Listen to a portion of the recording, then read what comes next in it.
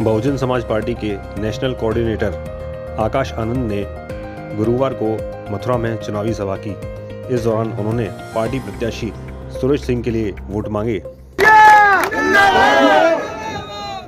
आपका रिश्ता बहन जी से सीधा सीधा है, उसमें ना मैं बीच में आऊंगा ना कोई पदाधिकारी बीच में आएगा।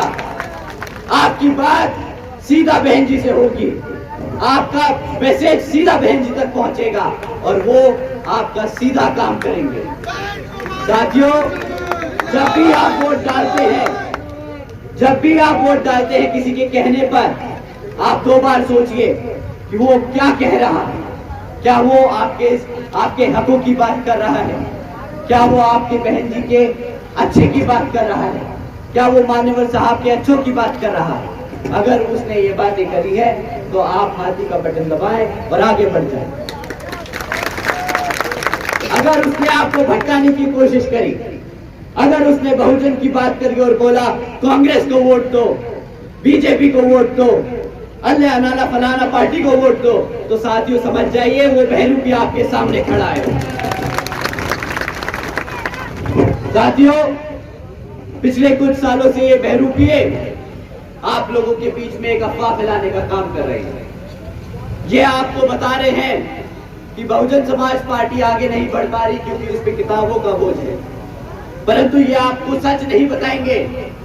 ये आपको ये नहीं बताएंगे कि इलेक्टोरल बॉन्ड्स के द्वारा ये विपक्षी पार्टियों ने 16,500 करोड़ रुपए चंदा लिया है, पर आपकी बहुजन समाज पार्टी ने 1 रुपया इन धरना सेठों से नहीं लिया। साथियों, बीजेपी, कांग्रेस, समाजवादी पार्टी से लेकर 25 राजनीतिक दलों ने इन नेताओं से, इन धरना सेठों से 16,500 करोड़ रुपए लिए, परंतु आपकी बीएसपी आज ही नहीं बल्कि जब से बीएसपी स्थापित हुई है तब से अपने कार्यकर्ताओं के तन, मन और धन से इलेक्शन लड़ती आई है और आगे भी अपने सच्चे कार्यकर्ताओं के तन, मन, धन से ही लड़ती जाएगी। साथियों, ये जो बहरूपी किताबों का बोझ बोलते हैं, मैंने अपने कार्यकर्ताओं से सुना है, अपने सच्चे कार्यकर्ताओं से, शुद्ध लोगों से सुना है कि सर, भाई भैया, ये किताबों का बोझ नहीं, ये हमारा कर्तव्य है। अपने बाबा साहब, अपने मान्यवर साहब, अपनी बहन जी के मूवमेंट को आगे बढ़ाने के लिए हम इसको बोझ नहीं, अपना कर्तव्य मानते हैं। तो साथियों, अगली बारी कोई बहरूपिया आपके सामने दिखे तो उस बहरूपिये से भिड़ना नहीं, लड़ना नहीं, उसको उसको रहने देना, उसको छोड़ देना, उसको यही सोचने देना कि वो आपको बेवकूफ बना रहा है। क्योंकि किसी बेवकूफ को बेवकूफ बनाना है तो उसे रहने दीजिए, उसे छोड़ दीजिए, उसे समझने दीजिए कि वो आपको बेवकूफ बना रहा है। कभी भी उस बेवकूफ को मत बताना कि तुझे हम सब जानते और पहचानते हैं, क्योंकि अगर आपने उसे सतर्क कर दिया तो वो अपना रूप बदल लेगा, वो आपके बीच में फिर दूसरी बातें करेगा, वो फिर छुप जाएगा। उसको समझिए, उसको पहचानिए और उससे अपने आप दूर हो जाएगा। ऐसे लोगों से आपको ना बात करने की जरूरत, ना उनको सुनने की जरूरत। आपको अपनी बहन जी की बात सुननी है, आपको अपनी बहन जी पे भरोसा है, आप अपने हाथी को वोट दीजिए और बहन जी के यहाँ हाथ मजबूत करने का काम कीजिए।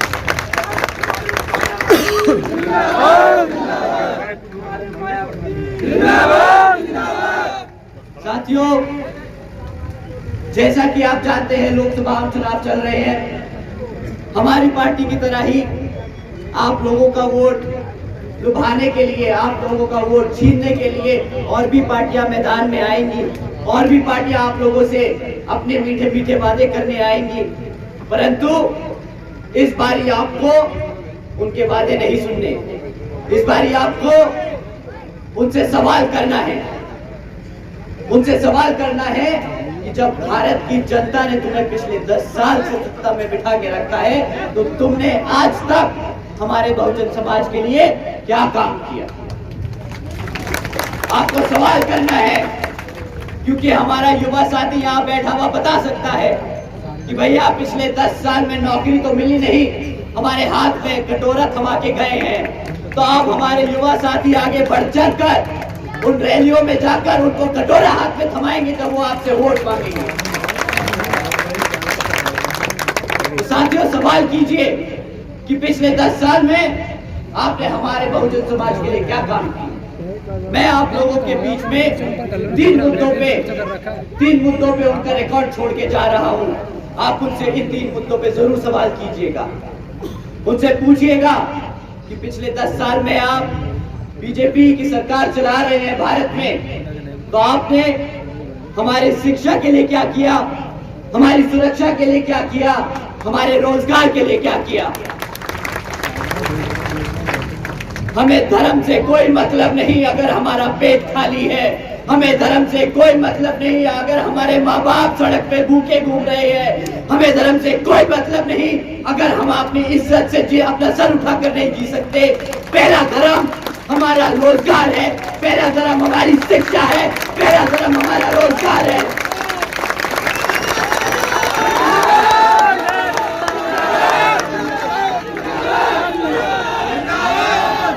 साथियों, भाजपा की सरकार ने हमारे बच्चों की शिक्षा के नाम पर क्या मजाक किया है, मैं आपके सामने 3 मुद्दे रखता हूं, 3 पॉइंट्स रखता हूं। साथियों, शिक्षा के नाम पर पिछले कुछ सालों से आपने क्या सुना, न्यूज़पेपर्स में, न्यूज चैनल्स पे, हमारे यूट्यूब चैनल्स पे यही सुनते हैं ना कि यहाँ फलाना स्टेट में इस डिपार्टमेंट का पेपर लीक हो गया, एंट्रेंस एग्जाम्स के पेपर लीक हो जाते हैं। हमारा युवा साथी सालों तक पढ़ता है इस उम्मीद से कि उसकी नौकरी लग जाएगी तो अपने माँ बाप का अपना माँ बाप का लाठी बनकर खड़ा हो जाएगा, उन अपने माँ बाप को मदद कर पाएगा आर्थिक तौर से।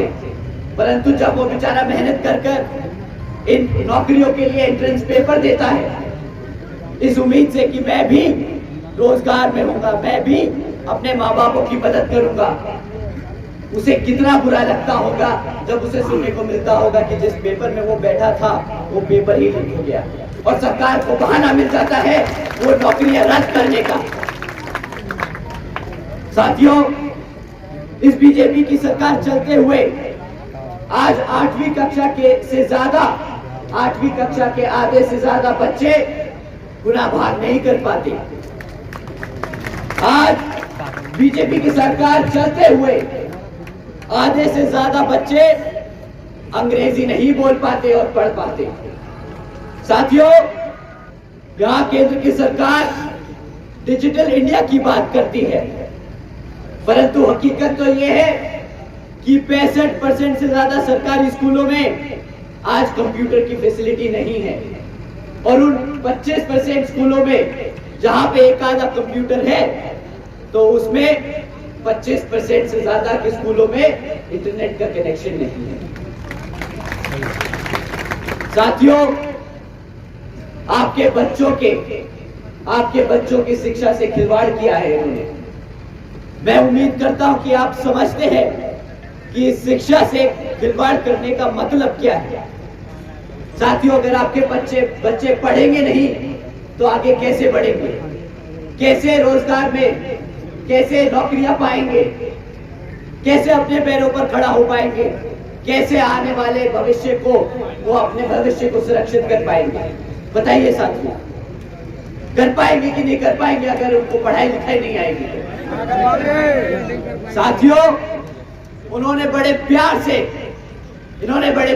बड़ी मोहब्बत से, बड़े शातिर तरीके से आपके भविष्य को खत्म करने की तैयारी की है, आपके बच्चों को अनपढ़ रखने की कोशिश की है, क्योंकि वो जानते हैं अगर एक समुदाय पढ़ लिख नहीं सकता तो अपने कभी समाज अपने संघर्षों के बारे में, अपने इतिहास के बारे में नहीं जानेगा। और अगर उसे अपने इतिहास के बारे में नहीं पता होगा तो उस पे वो बड़े आराम से शासन कर सकते हैं, उस पे बड़े आराम से राज कर सकते हैं। ये उन्होंने पहला कदम चला है आप बहुजन, हमारे बहुजन समाज में राज करने के लिए उन्होंने फिर से धोखा दिया है साथियों। तो साथियों, रही बात शिक्षा की, अगर किसी तरह हमारे बच्चे पढ़ लिख जाए तो बेचारे रोजगार के लिए दर बदर भटकते रहते हैं। अब रोजगार का क्या हाल है, मैं आपको फिर से 3 पॉइंट बताता हूं। साथियों, 10 साल से बीजेपी की सरकार चल रही है केंद्र में। बीजेपी की सरकार से चलते हुए आज 3 में से 1 ग्रेजुएट बेरोजगार घूम रहा है। साथियों, इनकी सरकार चलते हुए ऐसी खबरें बहुत आम हैं। मैं आपको एक खबर सुना के दिखाता हूं। 90,000 से ज्यादा पीएचडी स्कॉलर्स, इंजीनियर्स और ग्रेजुएट्स युवा क्लास 4 की नौकरी के लिए अप्लाई कर रहे हैं। ये न्यूज़पेपरों में आम हेडलाइंस है। साथियों, अगर एक बच्चा पीएचडी कर रहा है, अगर एक बच्चा पीएचडी स्कॉलर है, अगर एक बच्चा ग्रेजुएट है, तो क्या उसे क्लास 4 की नौकरी करनी चाहिए जिसकी क्वालिफिकेशन 5वीं पास है? साथियों, इसका क्या मतलब है? इन्होंने पिछले 10 साल में कितना रोजगार दिया? इन्होंने हमारे युवाओं के बल पर मंदिरों का नाम लिया, बोला कि इन्हें नौकरियां देंगे, इन्हें भटकाने का काम किया। बदले में क्या दिया? क्या दिया? मंदिर बनवाए साहब, मंदिर, कटोरा, कटोरा। तो साथियों, इस बार क्या दोगे इनको वोट मांगने पर? बहुत बड़ा खाली कटोरा। इनको वापस इनका कटोरा थमा के भेज दीजिएगा और जवाब दे दीजिएगा कि हमारा वोट हमारी बहन जी के साथ है।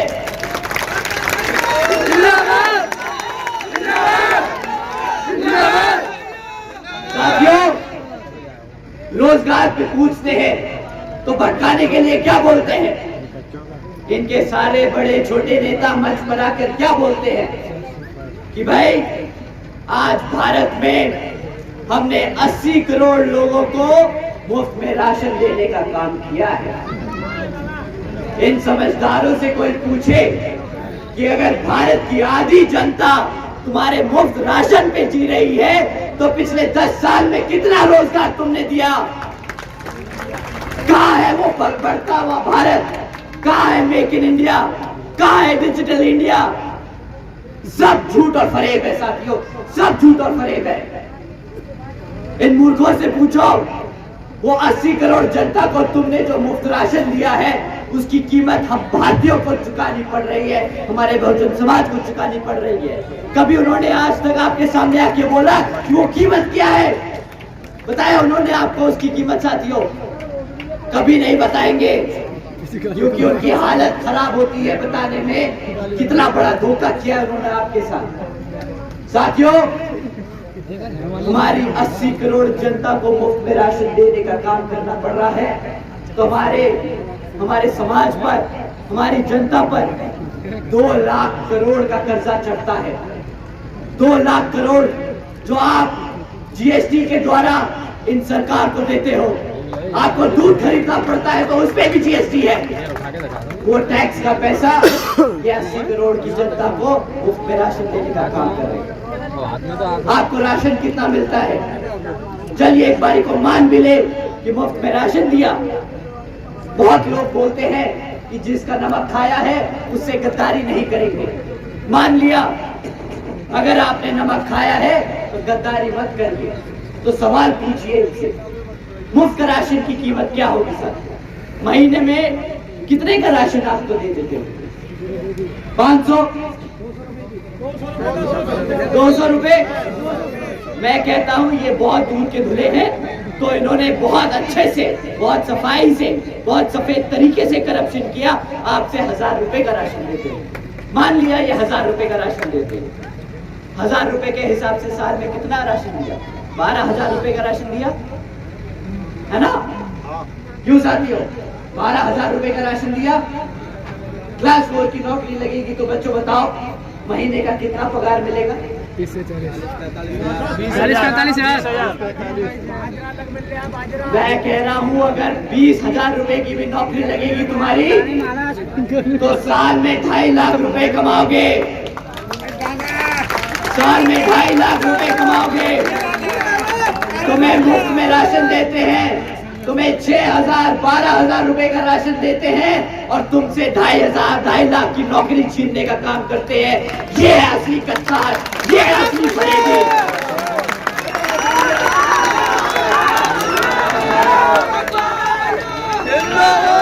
साथियों, अगर इनका गुजरात मॉडल यही बोलता है कि 12,000 रुपए देकर 2.5 लाख रुपए का चूना लगाना है अपनी जनता को, तो भैया नहीं चाहिए तुम्हारा गुजरात का मॉडल। हमारी बहन जी का मॉडल बहुत अच्छा है, उनके राज्य में एटलीस्ट हमें रोजगार तो मिला।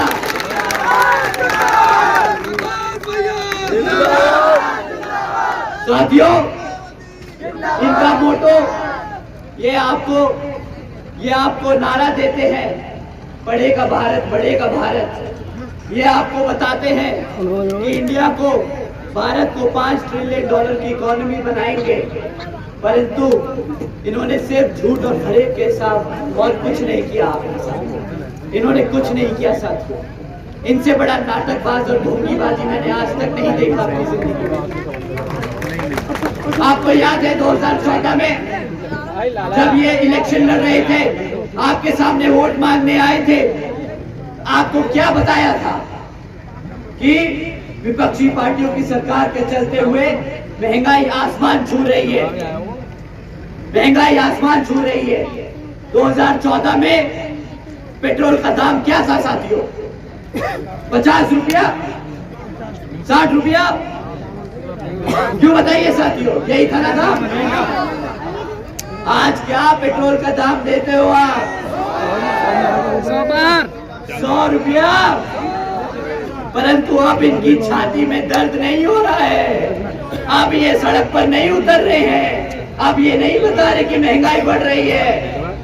अब इनको गैस का सिलेंडर भी महंगा नहीं लग रहा है। 400 रुपए का गैस सिलेंडर आज 1,000 रुपया पार कर चुका है, पर इनको महंगाई नहीं चुभ रही।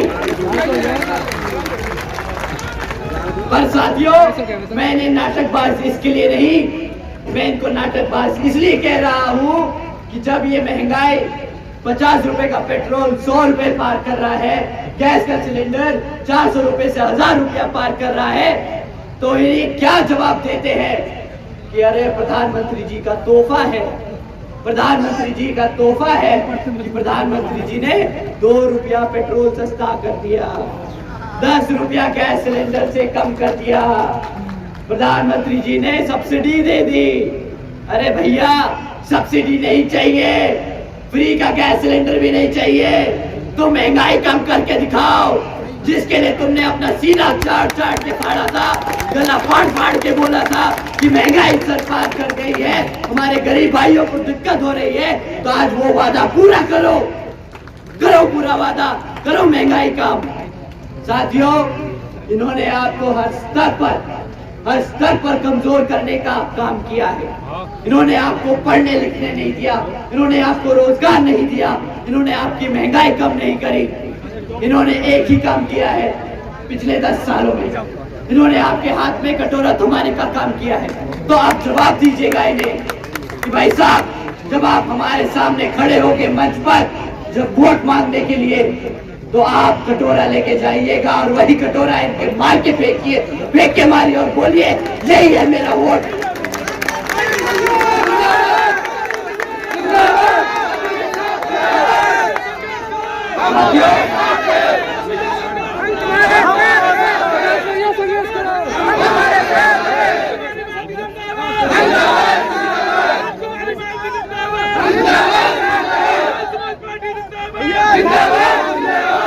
साथियों, जिंदाबाद। रही बात आपके अपने उत्तर प्रदेश की, तो यहाँ पर भी बीजेपी की सरकार चल रही है और यहाँ पर भी हमारे मुख्यमंत्री जी बहुत सफलता से आप लोगों का ध्यान रख रहे हैं, बहुत ही अच्छे तरीके से आपका ध्यान रख रहे हैं। अगर कोई और कुछ बोले, कोई मुख्यमंत्री जी के खिलाफ बोले, तो उन्हें पलट कर ये जवाब देना कि अरे मुख्यमंत्री जी ने हमारी सेवा में दिन रात एक किया है, उनके पॉलिसीज, उनके ऑर्डर्स आते हैं, बताइएगा उनको जो उनके खिलाफ बोलते हैं। अरे हमारे मुख्यमंत्री जी ने ऑर्डर पास किया है अभी कि लड़कियां 8 बजे के बाद से प्राइवेट ट्यूशन नहीं लेंगी, क्योंकि हम उनकी सुरक्षा की गारंटी नहीं दे सकते। बताइएगा उनको, जो उनके खिलाफ बोले, कि वो किस तरीके से सुरक्षा दे रहे हैं। मजाक बना के रखा है उन्होंने आपकी सुरक्षा का, साथियों, मजाक बना के रखा है। उनके कार्यकर्ता, उनके भक्त आके आपको बोलेंगे मुख्यमंत्री जी के खिलाफ कुछ मत बोलिएगा। वो आपको बोलेंगे उन्होंने हमारे लिए क्या नहीं किया। उनकी सरकार ने राम मंदिर बनाया। साथियों, राम मंदिर कोई जस्टिफिकेशन नहीं है हमारी बहन बेटियों को ना सुरक्षा देने की। राम मंदिर बनाया, बहुत अच्छी बात है। जब बाबरी मस्जिद बनेगी तो हम तब आपके साथ खड़े होंगे और बोलेंगे आपने हर धर्म और हर समाज को पुराने से जुड़ने का काम किया। पर आज आप हमारी बहन बेटियों के लिए बताइए कि क्या किया है। अगर यूपी की सरकार ऐसे ऑर्डर पास करेगी कि वो अपनी बहन बेटियों की सुरक्षा नहीं कर सकती, क्योंकि इसलिए वो अपनी बहन बेटियों की सुरक्षा नहीं कर सकती, इसलिए वो शाम को नहीं पढ़ सकती, तो ऐसी सरकार को कोई हक नहीं सत्ता में बैठने का। साथियों, ध्यान रखिएगा, हम फिर आपके साथ आएंगे, हम फिर आपके बीच में रहेंगे, आपको ये याद दिलाते रहेंगे कि किस तरह इस सरकार ने यहाँ आपके बीच में आप पे राज कर किस तरह आपके साथ खिलवाड़ किया है। साथियों, ये सरकार अपने आप को बहुत गर्व से बोलती है कि हम बुलडोजर की सरकार है, हम बुलडोजर की सरकार है। साथियों, अब आप ही बताइए, किसी का घर उजाड़ने में, अगर किसी का घर उजाड़ोगे वो बुलडोजर से, और आपको कोई बुलडोजर की सरकार बता दे, तो क्या वो कोई अच्छी बात होगी? क्या वो कोई गर्व की बात होगी? क्या कोई वो बात होगी जिससे आप सीधा चौड़ के खड़े होके बोले कि बुलडोजर की सरकार है? बताइए, हाथ उठा के बताइए साथियों। नहीं बिल्कुल। क्या या फिर ये बात होगी बेइज्जती की? क्या आपकी बेइज्जती हो रही है जब आपको बोल रहे हैं आप बुलडोजर की सरकार हो? बताइए क्या होगा, पहला या दूसरा? बताइए साथियों, दूसरा या पहला? बेइज्जती होगी ना। साथियों, ये हमारे युवा साथी है। आओ मेरे भाई, ऊपर आओ, मैं बताता हूँ। आओ, कोई बात नहीं, हमें पता है वो चढ़ जाएगा।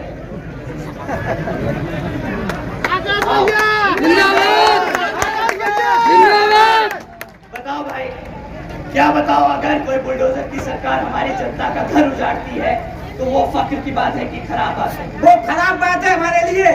जो हम कहते हैं कि ये बुलडोजर की सरकार है, बुलडोजर गरीबों के लिए, अमीरों के लिए नहीं है।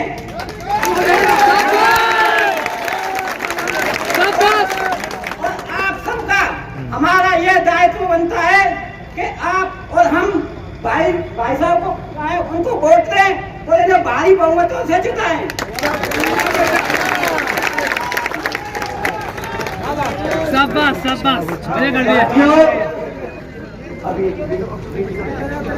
साथियों, ये मैं नहीं, आपका युवा साथी बोल रहा है, ये आपका युवा साथी बोल रहा है कि उसे भी समझ आता है कि बुलडोजर का सरकार का मतलब क्या होता है।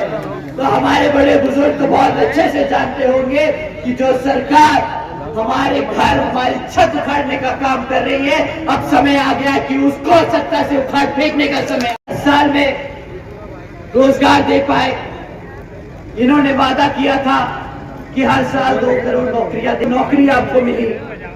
इन्होंने बताया था कि काला धन लेके आएंगे, आपके मेहनत के कमाए हुए पैसे भी बदल डाले, और बोला कि काला धन खत्म हो जाएगा। उन्होंने ये भी बताया कि अग्निवीर योजना चलाएंगे। हमारे युवा साथियों को एक झूठा भरोसा दिया, बाद में पता चला अग्निवीर योजना के तहत 4 साल बाद वो बेरोजगार हो जाएंगे। तो साथियों, इन्होंने बड़े समझदारी से आपकी जड़ में दीमक लगाने का काम किया। इन्होंने आपको पहले पढ़ने नहीं दिया, उसके बाद आपको रोजगार नहीं दिया। इस तरीके से उन्होंने आपको अपने इतिहास से दूर किया। उन्होंने आपके रिजर्वेशन से दूर किया, उन्होंने आपका संविधान बदलने की पूरी कोशिश करी। तो साथियों, ऐसी सरकार हमें न चाहिए थी, न चाहिए है, न हम कभी आगे आने देंगे।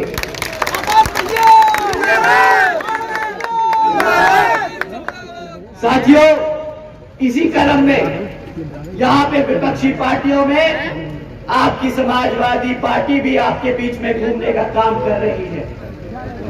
बहुत लोगों ने बोला कि भैया जिस तरीके से आपने उनका नाम लिया वो बहुत गलत था, उन्हें बहुत बुरा लग रहा है। परंतु मैं भी क्या करूं, जब वो हमारे भाइयों बहनों के हकों के लिए संसद में हमारे खिलाफ बोलते हैं तो हमें भी बुरा लगता है। जब हमारे समाज पर अत्याचार करते हैं तो हमें भी बुरा लगता है। तो मैं अपने शब्द नहीं बदलूंगा, मैं अपने शब्द बिल्कुल नहीं बदलूंगा। मैं वही बोलूंगा फिर से जो उस दिन बोला था। ये लाल टोपी वाले फिर आपके बीच में आएंगे और आपके बीच में आपको टोपी पहनाने का काम करेंगे साथियों। परंतु इस बार इनकी टोपी इन्हीं को पहनाकर वापस भेज देने का काम करेंगे।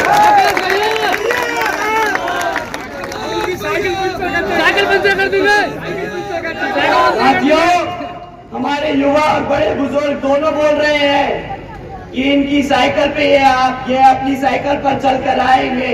इस बार इनकी साइकिल का टायर पंचर अलग और सीटें अलग कर भेजेंगे। साथियों, ये इतने गद्दार लोग हैं। जिस समाज ने इनको एक तरफा वोट डाला, जिस समाज ने इनको एक तरफा वोट डाला, आज उसी समाज पर जब अत्याचार हो रहा है तो उसके खिलाफ उनका मुंह नहीं खुलता। ये हमारे सभी मुसलमान भाई जानते हैं साथियों। परंतु रिजर्वेशन इन प्रमोशन के खिलाफ लोकसभा में बिल फाड़ने में इनकी जुबान के साथ साथ हाथ बहुत तेज चलते हैं। तो इनसे अब हमें बता देना है कि भैया आप अपनी साइकिल को रखिए अपने घर में, आप अपनी लाल टोपी पहनिए अपने आप। हमारी सर पे हमारी नीली टोपी है, हमारे कंधे पे हमारा नीला पट्टा है और हमारे दिल में हमारी बहन की बस्ती है। तो हमारा इस बारी का वोट हमारे नीले हाथी पर रहेगा।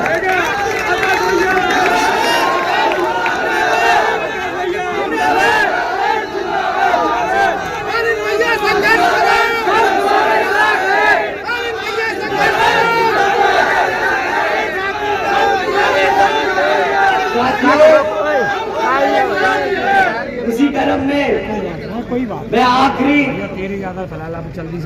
बात अपने बीच में रखना चाहूंगा इन विपक्षियों के बारे में। एक और पार्टी है, वो अपना हाथ दिखाकर हमारा बेवकूफ बनाती आई है। आज बोलती है कि हम सभी अपने SC ST OBC में पिछड़े समाज के लिए रिजर्वेशन का काम देने का काम करेंगे। परंतु उस कांग्रेस पार्टी से कोई पूछे कि भाई पिछले 60 साल से जब इस भारत की आवाम ने तुम्हें सत्ता में बिठाकर रखा था तो तब तुम लोग कहाँ थे?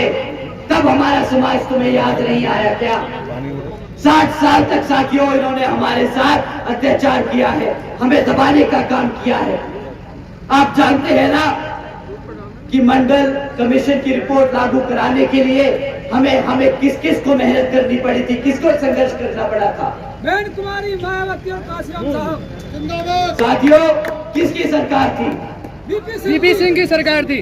किसने गिराया उस सरकार को जब उन्होंने मंडल कमीशन रिपोर्ट की को लागू किया? किसने? गद्दारों का नाम जरा तेज से लीजिए ताकि दिल्ली तक आवाज जाए। किसने? साथियों, यही भाजपा थी जिसने VP सिंह की सरकार को तोड़ने का काम किया था। जब उन्होंने मंडल कमीशन रिपोर्ट को लागू किया बहन जी के दबाव, मान्यवर के दबाव में आकर, तब भी कांग्रेस के मुंह से चू नहीं निकली। साथियों, उसके बाद बाबा साहब को भारत रत्न की उपाधि के देने के लिए किसने संघर्ष किया? किसने संघर्ष किया? कहाँ थे ये कांग्रेसी? कहां थे ये कांग्रेसी जब बाबा साहब को भारत रत्न की उपाधि देने की बात आई? नहीं दिया इन्होंने। वो भी बहन जी को, मान्यवर साहब को संघर्ष करना पड़ा।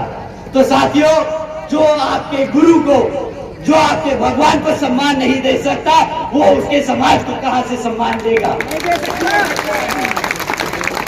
साथियों, इन पे और बोलूंगा तो इनकी वैल्यू बढ़ जाएगी, इनका खामखा वोट बढ़ जाए, कोई फायदा नहीं। हम अपनी बहन जी की बात रखते हैं आपके बीच में। आप बहुत देर से सुन रहे हैं, मैं आपको बहन जी के कामों के बारे में बताता हूं, ताकि आप अपने समाज में, अपने लोगों के बीच में जाए और बहन जी के बारे में बताएं। उन्होंने क्या किया अपने समाज के लिए, उनके कामों के बारे में बताएं। साथियों, आपसे प्रार्थना करूंगा, मैं एक्शन आर्मी का हूं, आर्मी के बारे में बताएं सब। साथियों, बहन जी ने उत्तर प्रदेश में 4 बार अपनी सरकार चलाई है, तो उनको अभी तक ये अवसर नहीं मिला कि वो आर्मी को चला सके, परंतु गरीब बालिका आशीर्वाद योजना चलाई, जिसके तहत 3,25,000 से ज्यादा बच्चियों को बहन जी ने 1-1 लाख रुपए देने का काम किया। साथियों, देश में पहली बार गरीब घर के पैदा हुए बच्ची को बहन जी ने लखपति बनाने का काम किया।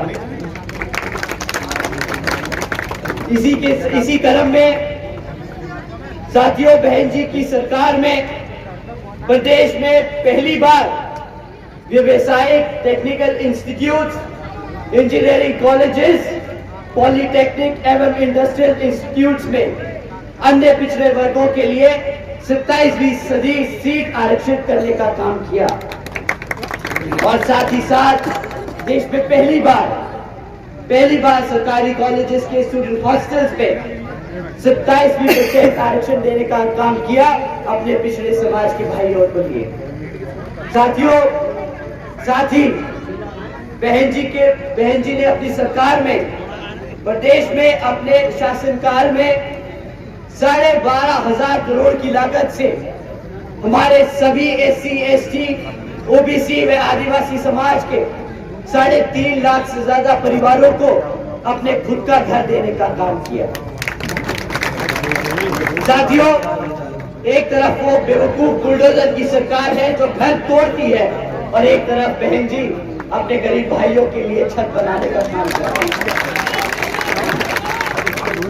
साथियों, बहन जी के गवर्नेंस मॉडल के तहत बसपा की सरकार ने सरकारी नौकरियों के साथ साथ देश में पहली बार सरकारी ठेकों में भी आरक्षण की व्यवस्था लागू की थी, और सरकारी नौकरियों की भर्ती पर लगी रोक को बहुजन समाज के साथ साथ सब समाज में से सभी जरूरतमंद लोगों को नौकरी देने का काम किया।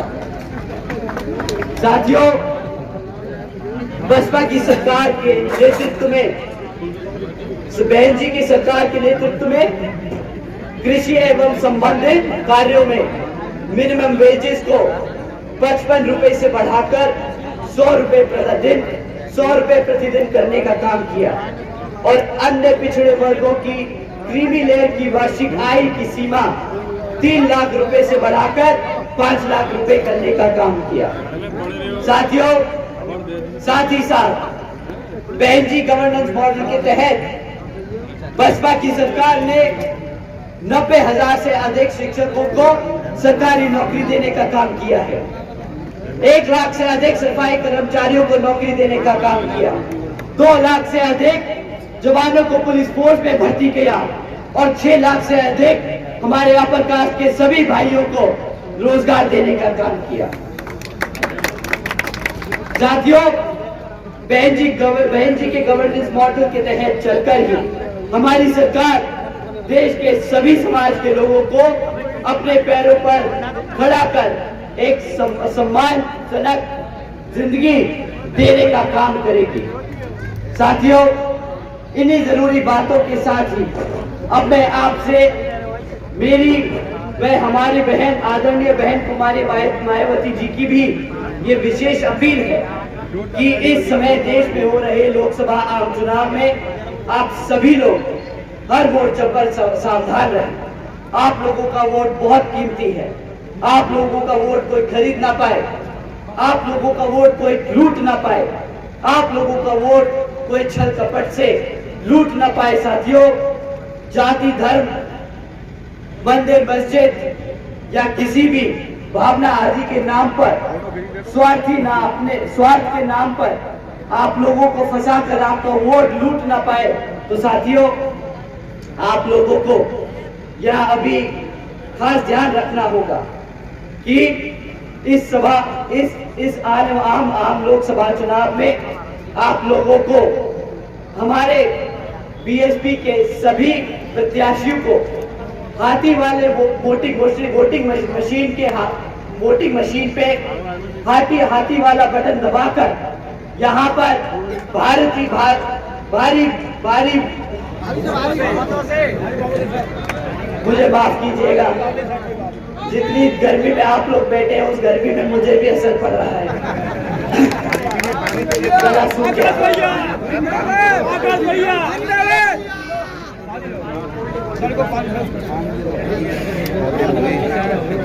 घंटा करीब हो गया।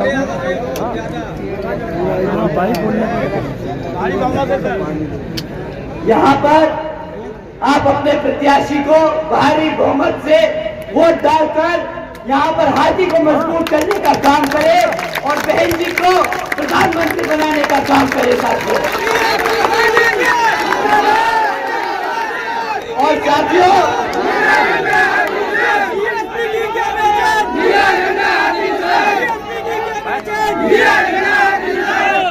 साथियों,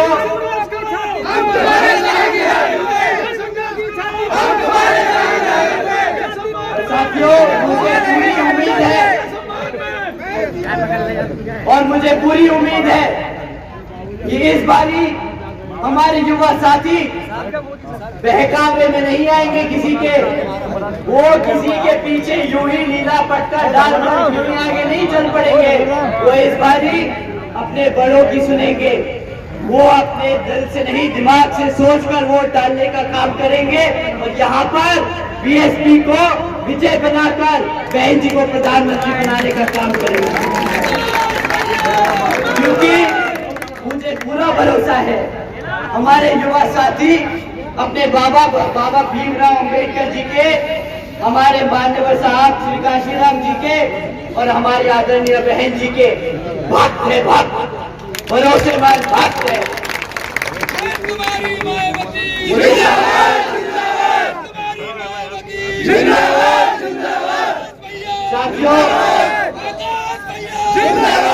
साथियों, मेरे से गलत शब्द निकल गया, भक्त नहीं है। हमारे युवा साथी दिमाग से काम लेते हैं, वो समझदार है, उन्हें पता है कि उनका असली नेता कौन है। एक बार जरा बहन जी का नारा लगा दे और बता दे असली नेता कौन है।